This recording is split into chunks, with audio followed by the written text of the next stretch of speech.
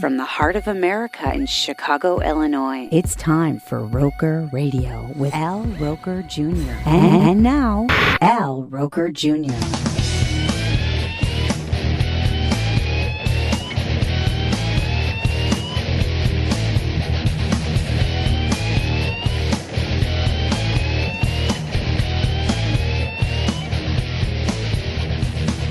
How you doing, everybody? It's another edition of Roker Radio. Al Roker Jr., Roker Radio, back on the road. We're back again at the Boiler Shrimp and Crawfish, 3445 Dempster in Skokie. Dano is with me once again. What up, bro? What's up, bro? Boy, we feasted last time we were here. Jeez, dude, I think I gained a few pounds it was of straight seafood, but it was protein. It was all delicious. It was amazing. It was delicious, and the thing I like about seafood is it's still relatively light, even when you eat 2 pounds of it. It's not like you just ate a 2-pound steak. You like digest it within like an hour, and you're like, I'm hungry. I'm hungry again. What do I get? Dessert? So thanks again to Chris Tallow, the owner. The Boiler Shrimp and Crawfish, 3445 Dempster in Skokie. And again, if you ended up checking the place out, please, on Instagram, Facebook, Twitter, at Al Roker Jr., I would love to know. Your thoughts on the place. Yeah, go to Yelp. Go to the comment, whatever experience you Tell had. them Al Roker Jr. sent you. Yeah, tell them all. No, but it was phenomenal, dude. Like, legit, the shrimp was delicious as hell. The spices were phenomenal. They were on point, weren't they? But also, what about, okay, so we got this, like, separate bag of, like, the garlic sauce. Like, that dipping was sauce. addictive. It was literally, I was like, I had a bag to go, and I literally dipped everything I could into there. We biscuits, were taking crab legs cereal, and dipping them into this garlic, and the little chunks of garlic were sticking on it. But it was also had amazing. this like the sweet texture to it. Yeah, Everything was delicious. It was very, very so thanks, good. Chris. That was amazing. And my suggestion would be come on Tuesday, where it's all-you-can-eat crab day. Tuesdays, all-you-can-eat crab. Wednesdays, buy 2 pounds, get one free of shrimp and crawfish. I just want to come back here on a Tuesday, just judge people. Just be like, how many of these did you get? Right. How many? Exactly. Like shame. Oh, shame. What's the record? That's what I should have. Next time I see Chris, I'll ask him what's the record for somebody eating all-you-can-eat crab. Because I bet you some people are able to put it away. Yeah. Pro eaters. There you go. So I want to talk to you. It's been a while since this happened, but again, the first time I've had a chance to talk to you about it.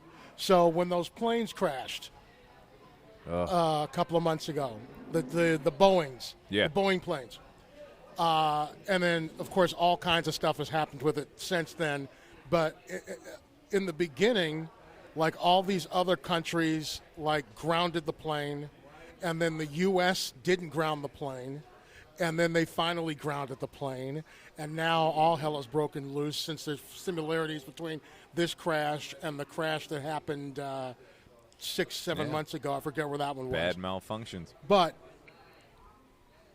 they didn't ground the planes in the U.S. because the FAA said the planes are safe, and Boeing says the planes are safe. So my question to you is, I don't want to get into a whole conspiracy thing here, but when your government tells you that the plane is safe, or the food is safe, or the whatever is safe, do you trust them? Because No. I'll tell you this much. I wouldn't have gotten on one of those planes. I sure as hell wouldn't either. I wouldn't have gotten on one of them. Oh, no. So do you trust your government when your government assures you that the Boeing Max 8 is safe? The romaine lettuce is safe, whatever it happens to be. No, man, because it depends on the topic at hand. You're talking about an airplane that might potentially malfunction the moment that we We're not talking depart. about taking a shit because you had some bad romaine lettuce. But no, I wouldn't do that either. But think about it, because that could affect you. You could get some sort of damn stomach disease. You could die a couple of years from now because you have some worm growing inside of you. No, that's true. I mean, as long as it has to do with my nervous system, my bowels, my potential death because I'm trying to fly. But that's what they're for a trip. regulating. They're regulating drugs. They're regulating food, right? They're regulating. Dude, how many? And we talked about this last time about how much I watch the news. So I don't know how much. Dude, every day there's food getting recalled from salmonella. I don't eat it. Every day. All the time. That's why I'm fasting. I just eat once a day. But screw this. But it's interesting when they came on, when they said before they grounded the planes in the U.S. and like England had all these different countries had grounded the plane. Not in the U.S. Government says they're safe. Yeah. They're fine. They kept flying for a bit. For a week, maybe. Yeah. Dude, I wouldn't have gotten on one of those planes. I definitely wouldn't have had my wife get on one of those planes. Sure. You know what I'm saying? Yeah. So what does that say? What does that mean? Does that mean I don't trust our government? I guess maybe it does mean I don't trust our government. I don't know. I mean, it goes to a certain extent. Like, you could trust the government, but you could also not trust your government. It depends on the topic at hand. Depends on, like, are you a frequent flyer? I bet you that there's a lot of business travelers that just didn't give a shit about it because they're like, listen, if a pilot's flying that plane, a pilot doesn't want to die either. If he feels the trust of his airline, his employer that says, hey, we're safe enough to fly, then should I trust him? He's putting his life in his hands. It turned out that pilots had anonymously written, I can't remember if they had written Boeing or if they were talking about how the the training manual for the plane was like woefully like underdone. I heard that they half-assed the process of Pilots software. had been complaining. Now, I have a friend who's a flight attendant, and I wanted to text her and ask her about it, but you grabbed the phone, and I said, I was just thinking about you, and then you grabbed the phone and typed in, I was just thinking about that ass, and hit send. Man, you're bogus. I never got a chance to ask a flight attendant. I didn't click the send button. By the way, sorry that happened. Did it click that itself? Was not my fault. I thought it was someone else. Did it click itself? I thought it was someone else, but we were drunk. And I try to fuck with everybody in your contact list whenever I get the chance to. So if you're a pilot and you're listening right now, or a flight attendant, that or we you, have or, not like or you wronged. work for, and you know me, I fly Southwest all the time. Yeah. And Southwest is the one that kept flying them. Southwest and American have bought the most of those. Bought the most of those planes. Largest and I'm contract. sure that I've been on one of those planes because I've been on Southwest flights where they go, this is a brand new.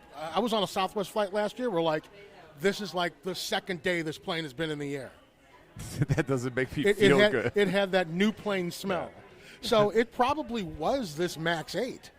Probably. I mean, well, yeah, but what was the main central issue? It was like a software malfunction. That's really scary. But I heard that the software malfunction was something that not a lot of the other countries had as much training as supposedly the U.S. pilots and whatnot, so they had no idea how to like counter some of the issues. And not saying that they had a lot of fucking time anyway. Does that make any? I mean, you fly to Europe all the time.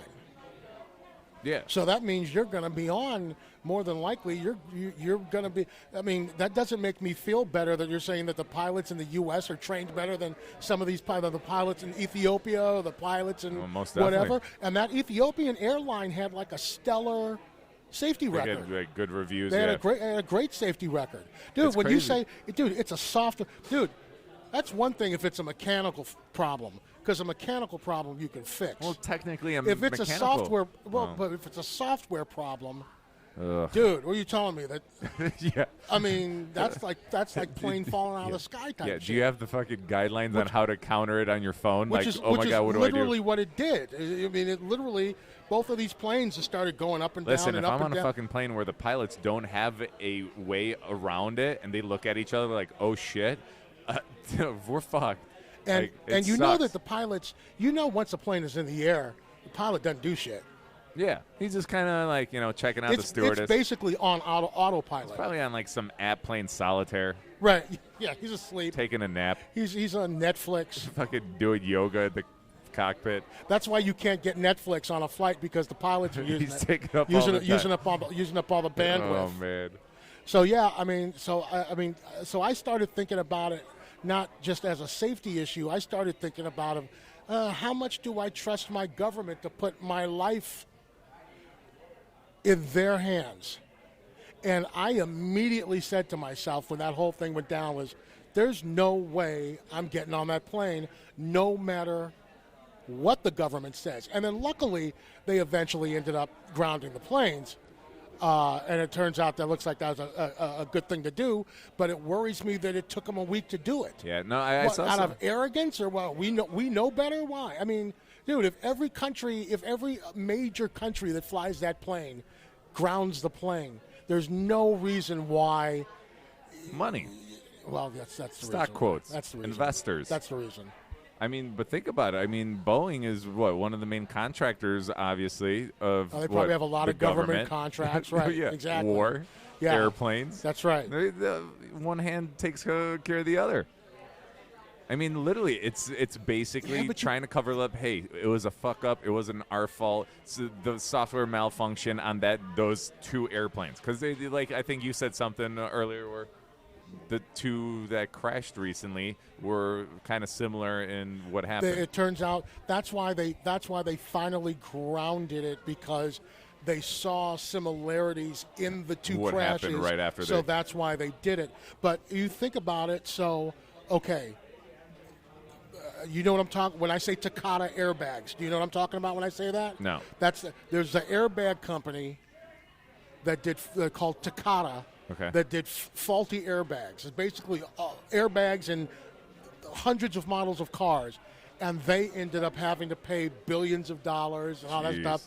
Volkswagen, when they had their Volkswagen, they had to basically get everybody new cars, and I mean, this costing them massive. hundreds of millions of dollars. Well, it's $1 billion loss in stock. Boeing has had 2 planes fall out of the sky.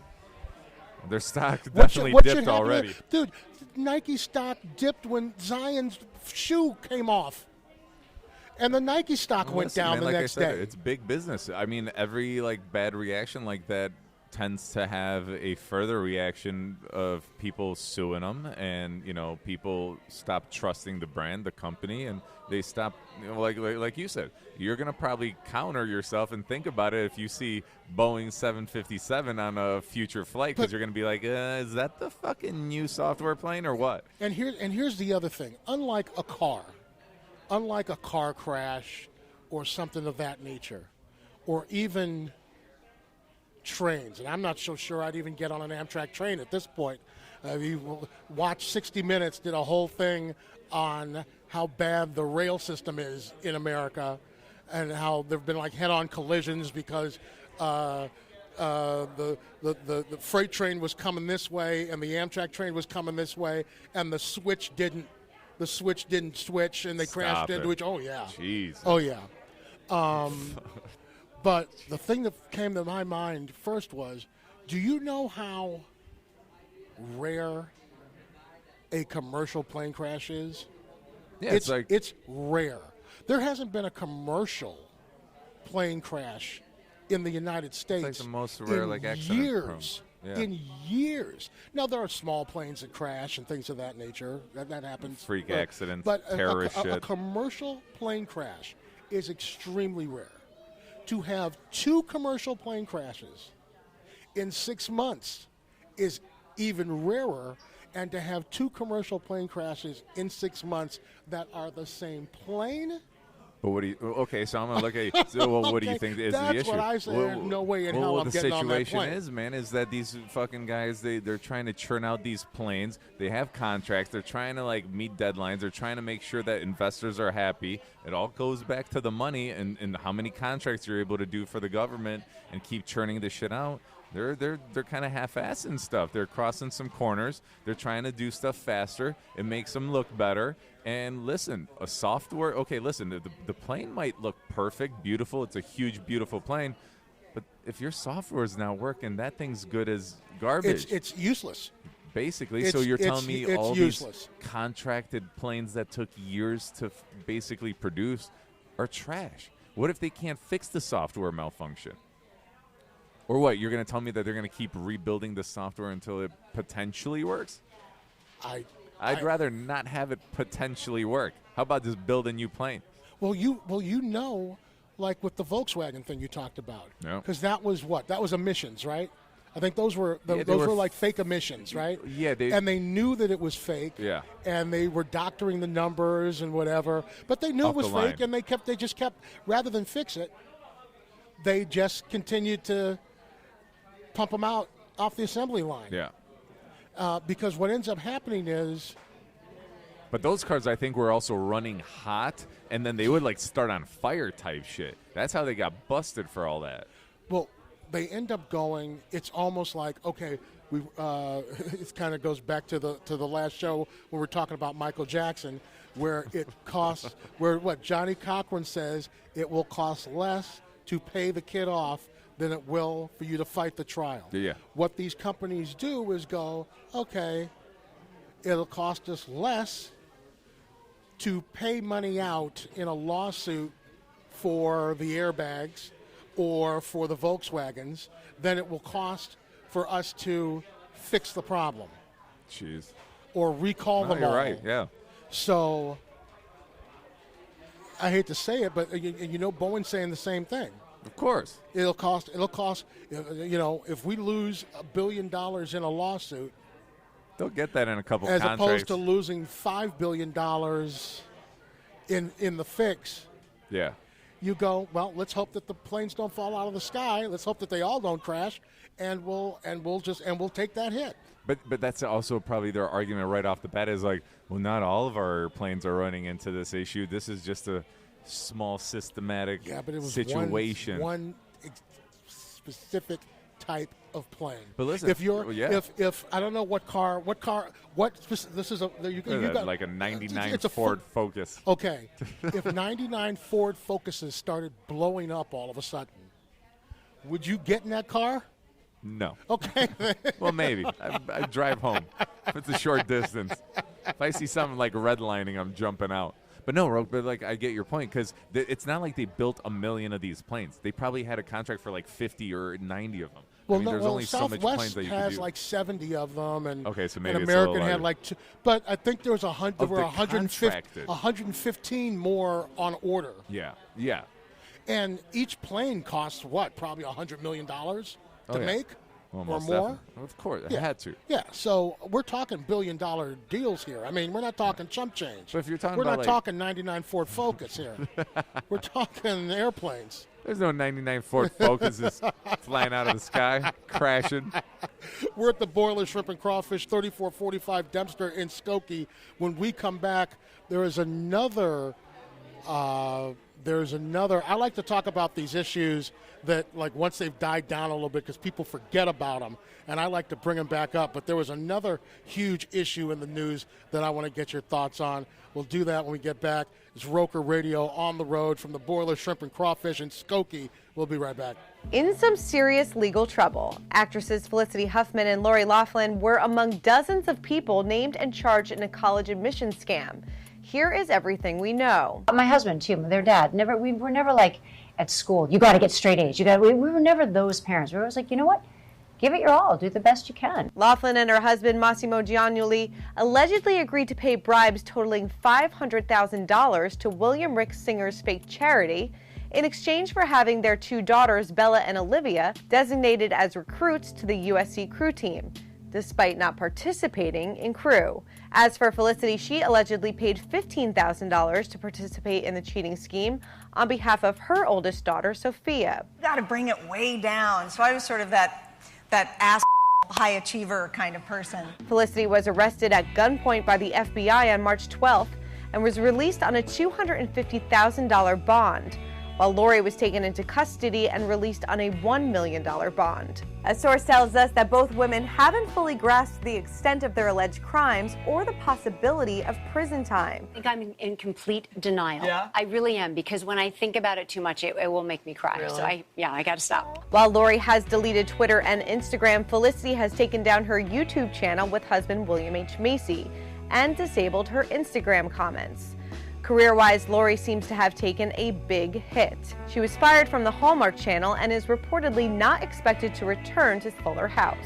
Now, the scandal has taken a toll emotionally on both women, with a source telling us that the shame and humiliation have been unfathomable for Felicity, while her husband is heartbroken and has been in tears. As for Lori, an insider tells us that this is her worst nightmare, not only for her, but for her children and extended family. I don't know how much of school I'm going to attend, but I'm going to go in and talk to my deans and everyone and hope that I can try and balance it all.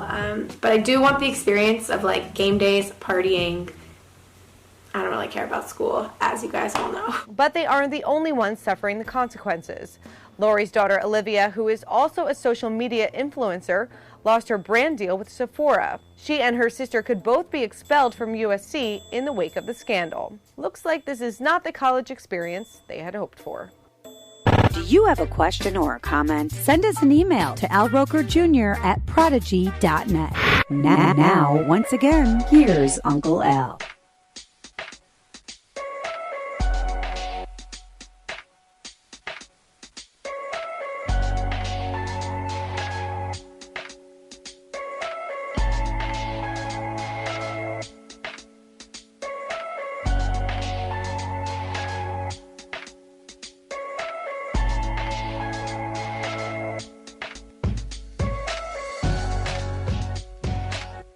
Roker Radio, and we're back. Dana with me here at the Boiler Shrimp and Crawfish in Skokie. So the other issue that was in the news a while ago that I hadn't had a chance to talk to you about is, are you familiar, if I were to say Operation Varsity Blues, do you know what that is? The movie, right? Well, there was a movie. I don't want your life. No, well, that was the scandal USC, where Felicity Huffman Aunt Becky, Lori Loughlin. They were paying money to get their kids into college, paying money to get their SAT scores. What a shit show! Have people take their SATs for them. By the way, some little rich people getting busted left and right. So would you, first of all, if you found out that your mother had paid some side door to get you into DePaul, would you be pissed? No. I'd be like, hell yeah, Mom, good job. No, I mean, shit, man, I don't know. I worked my ass off to get to that school. Well, that's what I'm saying. After, what if you thought? What if you thought you would work your ass off to get to that school, and it turned out that somebody did something under the table to get you into that school? Wouldn't that piss you off? Well, if it was like Harvard, I'd be like, all right, cool. Okay, fine. Yeah, DePaul, not so much. Man, I had a girlfriend that go to DePaul. How smart do you have to be, really? You're an asshole. You got to be pretty smart. At least you used to in like 2001. Dude, that was like a minimum of like a 25 ACT. That wasn't easy, man. I worked my ass off. No, but you know what? Ironically. Did you actually take the ACT, or did somebody take it for you? No, so here's shit. I wish I could have paid somebody off. There was probably like these boosters that would have done that. I was just too broke to be able to even look for something like that. Here's what's so scandalous about that. So, they were having people take. There's like a special circumstance where you can take like 2 days to take the SAT. It's not timed. Like stuff, literally you stuff take like it home for 2 days that you just take out? It's for people. It's for like disabilities. It's for disabilities, special needs students, things of that nature. Yeah. That's what they were paying for, like the ones who got the SATs done, to get them put into that group, so that someone else could do the test and turn it in. Yeah. So not only were they taking somebody else's spot at this college, they were taking somebody else's spot who was a special needs person that worked their ass off, had an issue that they always had to overcome, and here's this yuppie who happens to have a deeper bank account that deserves because mom and dad went there, but they were dumb enough to not. Well, listen, and here's the other thing, is most of these yuppie kids, they're like these social media, like, stars. They like all this attention. They probably give two fucks about school because they're always given the whole world. The one who is Lori Loughlin's daughter, I think her Olivia Jade. Yeah. The Sephora chick. She's posting shit because she's doing makeup shit on like, Instagram and shit like that. Talking about how she doesn't care about school. She didn't even want to go to college. Didn't want to go to school, blah, blah, blah.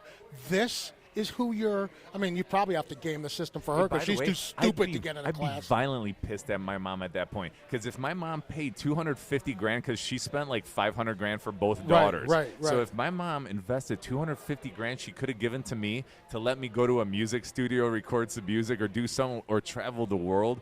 Plus, I'm sure that these little kids have enough money to travel the world anyway. You pay $250,000 for her to be on fucking Instagram in her dorm room? Dumbass 1 and 2. They're all dumbasses. But no, like, okay, back to like your initial question. Would I be pissed? Yeah, because I don't know, man. I would want to have succeeded on my own. I'm not going through 1st through 8th grade half-ass and shit. I'm not going through high school knowing damn well that I want to go to a good college half-assing it just because mom and dad could pay somebody off. I would have half-assed like high school and not even went to college if that's the case. If my parents have money, why spend money to try to get into college when you could be doing other shit with the money? Invest in the kid to do something that they want if they don't want to go to college. I took the ACTs the first time. I fucking miserably failed. I got it like a 16. I showed up.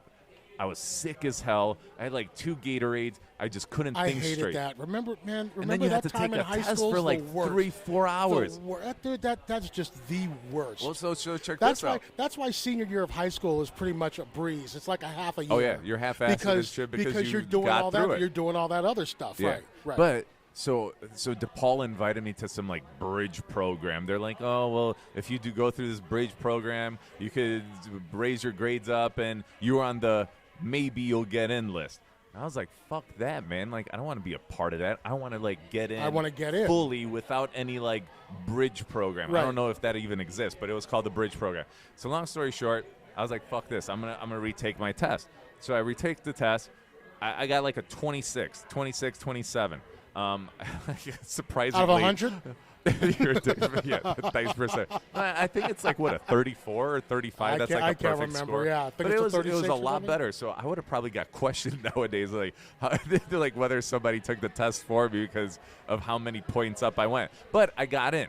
But I also remember during the application process, they had like a 3-4 page document where you're like, hey, why should you deserve this spot to get into college? Like, are you interested in sports? Do you have any musical capabilities background? So that's how these fucking little rich people got in. Right, because they faked all their extracurricular stuff. So basically, it's cool that universities give people a chance. Like, hey, maybe your scores aren't the best. And I think DePaul's lowered their expectations of students nowadays because it's kind of hard to get those grades. I don't know. School's different nowadays compared to what it used to be. They don't even teach cursive handwriting anymore I know. in schools. My girlfriend's a high school teacher, and the shit that she tells me, like, kids could retake certain tests over and over and over again until they get the grade that they want. Do you know that shit? I would have got. How's that even possible? Don't even get me started. But there's schools that do that, and I'm not going to name the school, but holy shit. You can literally get an A in every test that you take nowadays. But I wrote it out, man. I love playing basketball. I loved music. I lost my old man when I was 16. It's not that I needed somebody to give me a shot, but I worked my ass off to get to this level. Right. Not having money. I'm still not going to have money, and I sure as hell won't have enough money to pay for DePaul, but I want to do it because I want to succeed. I want to get that college diploma for my mom, for myself, but also to be like, hey, I got through a lot of shit to get here. So it is frustrating as hell, and I loved reading about this shit, and I hope they all go to jail because I'm not the only one, bro. I'm sure you have a similar story where you worked your ass off to get into Columbia, but also in your niche. Columbia, I think I had to fill out like an 8x10 card or something, 5x7, and spell my name right. Back in the day. But you also, like, you went for a direct. But it brings up the point. It brings up the point, and people talk about, affirmative action. It's like, well, how can you give people affirmative action? Blah, blah, blah. It's like, this is why. We've been telling you forever that it's us and years. them. No, everybody's equal. If you do the same hard work, you can get to the same place. If you each do the same, no, you don't. There's crooked people everywhere, man. Some people have it. Some people have it easy. That's why there is affirmative action, because when they're discriminating against blacks or Hispanics or Jews or Muslims or whatever, sometimes you end up you need something to help balance the scale or something like that. I mean, this is and that's why this is such a big. This is why it's such a big story, because we're not talking about reparations or affirmative action making up for slavery, or making up for racial discrimination. This is Becky and Steve and Dave and John. Yeah. You're a wholesome family next door, yeah. Who didn't get into college because somebody gamed the system. Yeah. And locked them out.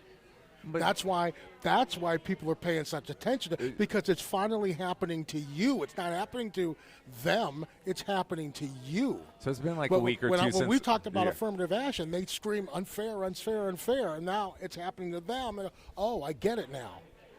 Oh, yeah. I mean, listen, Roke, truth be told, it's funny. I read a couple articles, and a lot of people that used to be, like, directors of enrollment and shit like that, they're like, no offense, but this has been happening for hundreds of years of nonstop, under-the-table hookups. Dude, People know people. There's always been under-the-table hookups. As blatant as somebody takes your SAT for you, that's ballsy, that's bold. Yeah. But forever, it's not what you know, it's who you know. Of course. I mean, unless you're getting a job at Jewel or Walmart or Walgreens or something like that, I guarantee you that 7 out of the 10 people listening right now got their job from someone they knew. Of course. Put in a good word for them. Yep. You know? Me. So let me ask you this.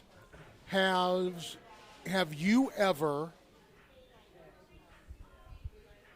or have you ever had someone tip the scale in your favor for something, or for a family member or a friend?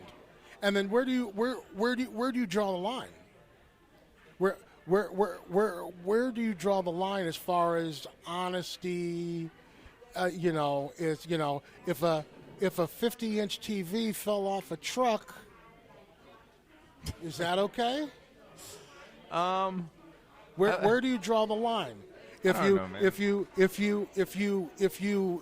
rob a liquor store because you need diapers and your kids are starving, and you take a finger and put it in your pocket, and you take $100 from a liquor store so that you and grab diapers, is that better or worse than actually taking a gun and robbing somebody for $100 so you can buy heroin with it?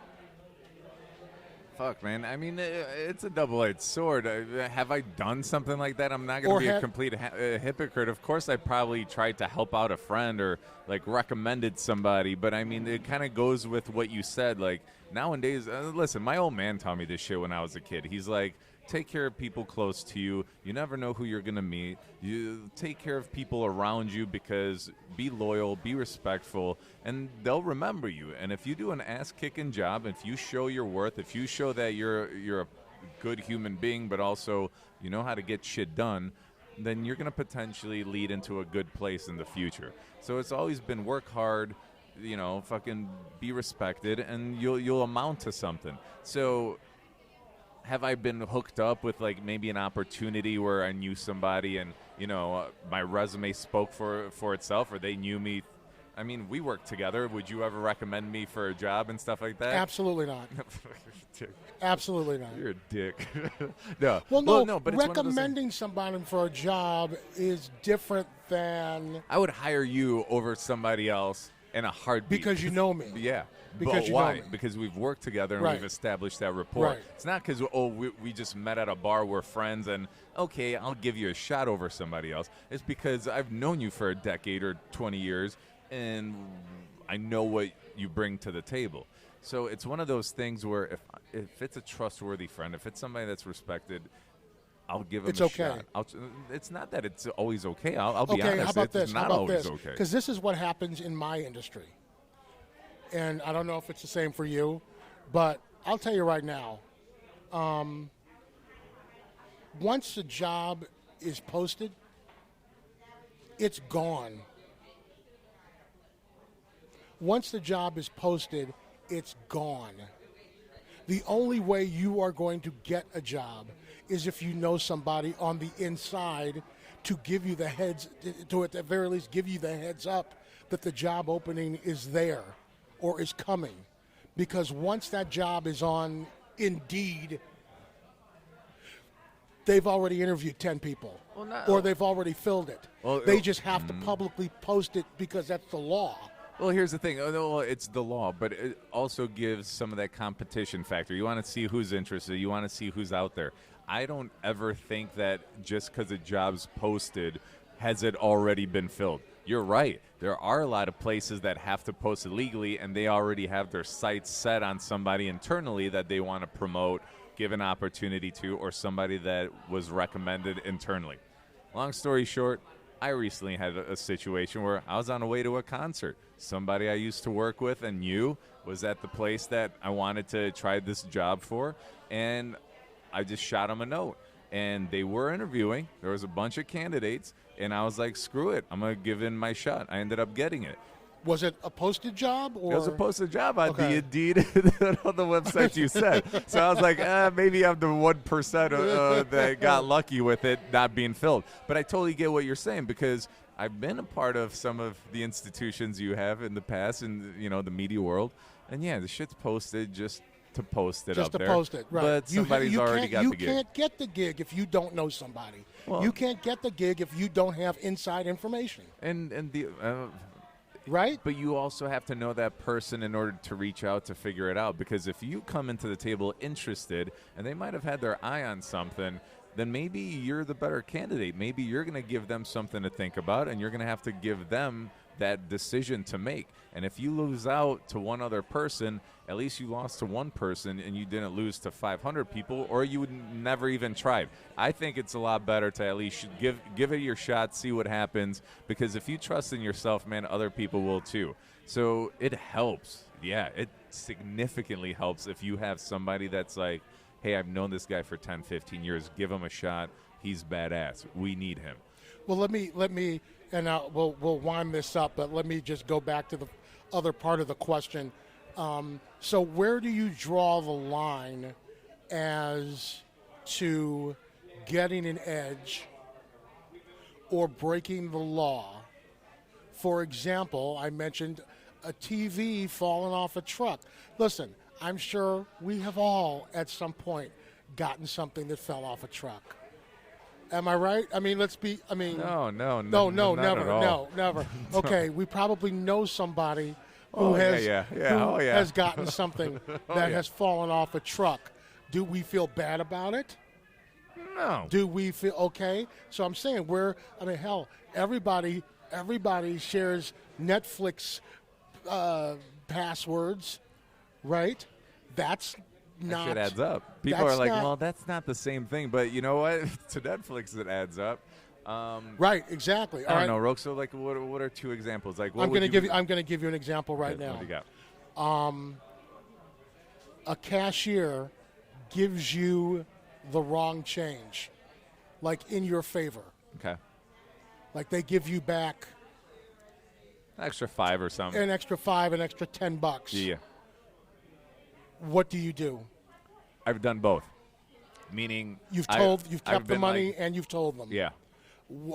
Okay, so why did you tell them when you told them? Probably depends. Why did you keep the money when you kept the money? Because I've done both too. Go ahead. It just depends on when I noticed it. I mean, if I'm having a good day and I just happen to start like okay, so sometimes I'll like fucked up. It's like my ADD, but when I'm at like a cashier, I sometimes try to like crack the math of like what my purchase is going to be before the register does. Oh, I always so it's do like that. an over under. I Okay, always I'm not do crazy that. then. I do it all the time. So I thought I was and nuts. I'm always within like $1. Okay, so it's like a video game, right? Yeah. So it's like a TV show. All right, so I do that Price type of is shit. Right. So sometimes if I know if I'm going to pay with cash. It used to be, I think, it used to be a lot more dominant because I used to pay with cash more right. often. We don't pay with cash now we as pay much as with we used cards to, yeah. everywhere. So if I noticed that the cashier pulled out too much money and they handed it to me and I saw them like pulling out the money and they grabbed an extra 5 or 10, I'll be like, hey, here's the 10 back. You owed me this much.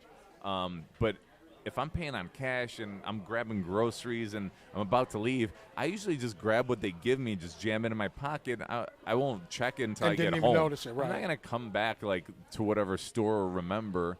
I mean, thanks, but whatever, you know. Right.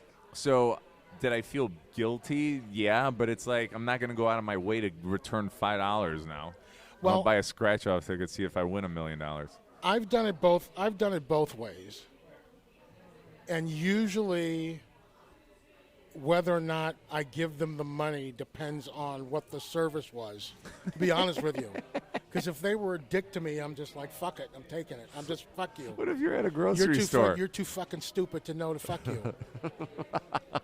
But then there are times when I've been like, no, give them the money back, because however their drawer comes up, that's going to get taken out of their salary. But if the person was a dick to me the whole time, I'm like, you know what? Then I'm going to teach them. This is teaching them a lesson. Yeah. Don't be such a dick. Yeah, I don't think it ever happened to me like in a restaurant. I think it's always been like a grocery store or like a bigger store. I've had like usually like a fast food Or like place a fast food, okay. or something like that. Now I had, and this reminded me of something that happened to us where we were in New Orleans. Do you remember when I found that credit card on the street in New Orleans? Yeah. And I think we joked about it, that we should just go. No, I bought us a bunch of beers that night. You did. I know we joked about it that we should go and buy a whole bunch of stuff, but I didn't. I had somebody. I had somebody's credit card. You know, they didn't notice that their credit card was missing. No, you're actually really good about shit like that. They're probably drunk as fuck, but I didn't. You know, it's not like I decided, oh, let's go and. I thought about it after my mom died. I thought about charging a bunch of shit on her credit card. Wait, you've never gotten like a credit card in somebody else's name and just went crazy? No, but after my mom died, I thought about charging a bunch of shit on her credit cards and going, she died. She died. And like, you know what those purchases were prior to her actual last breath. I couldn't do it. Dude, you are fucked up. I couldn't do it. No, it wouldn't. No, this was after she died, not like. So not like 2 weeks later. I wasn't like, Mom, I love you. Where's your purse? That's like, where's the wallet? Where's the wallet? It wasn't like that. Holy shit, she's got a platinum card. Now, what if you found a money clip on the floor, on the ground? What if you were in a store and found a money clip on the ground? Bro, I'll keep that shit. I actually found a wallet at a bar. I was standing at a bar.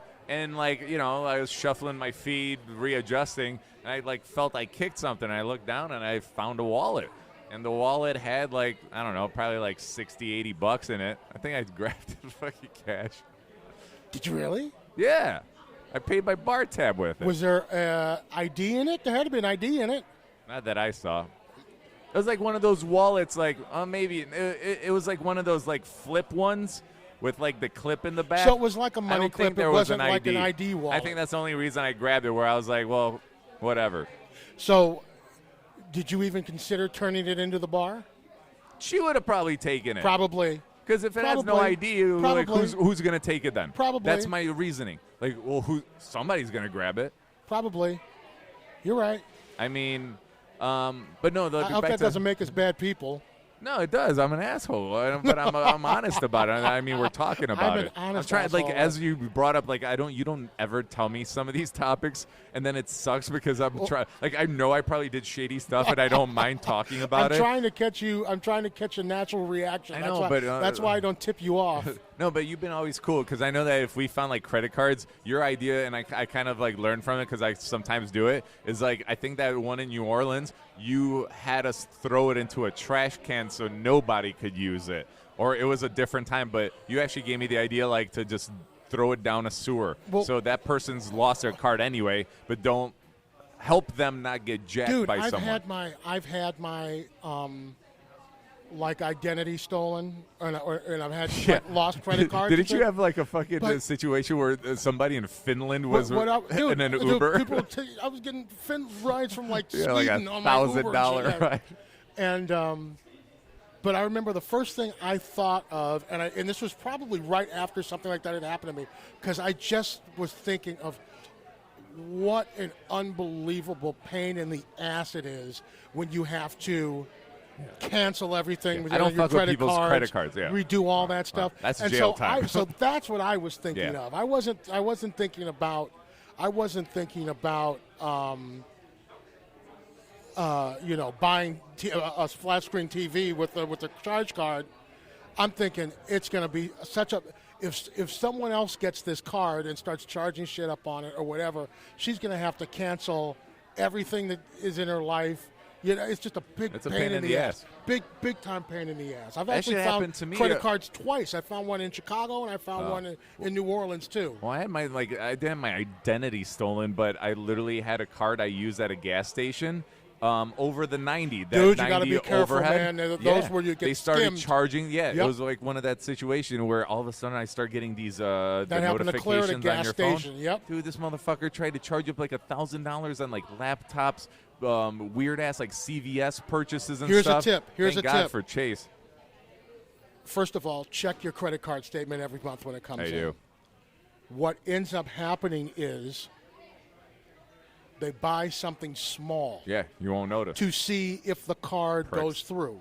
Candy bar, but you know what the something rule that's is? $5. It's got to be under $25. And then once that goes through, then they start buying. Then they start buying other these stuff. Guys so were the minute smart. you see this a small charge come up, that means that they've got your shit. These bastards were doing so many different charges. I started getting notifications because the rule is you typically don't have to sign for shit if it's under $25.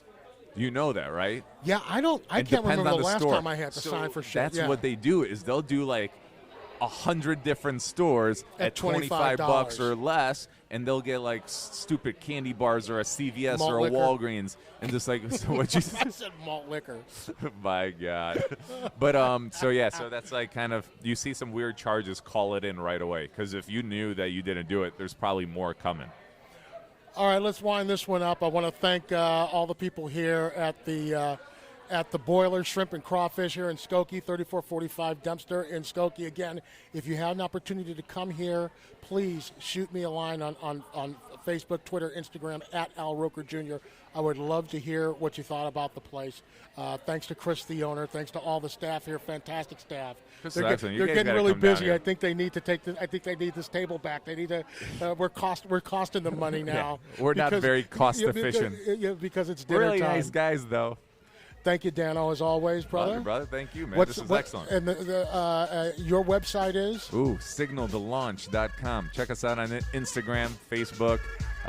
We're planning some summer shows. We're going to get out of town. We're going to try to play some shows in New Orleans or Austin. So check us out at Signal to Launch, at Signal to Launch on Twitter, Instagram, and then just find us on Facebook with Signal to Launch, the name. At Al Roker Jr., Facebook, Twitter, Instagram. Thanks very much, Dano. Thanks to all of you for listening, as always. Talk to you next time. Peace.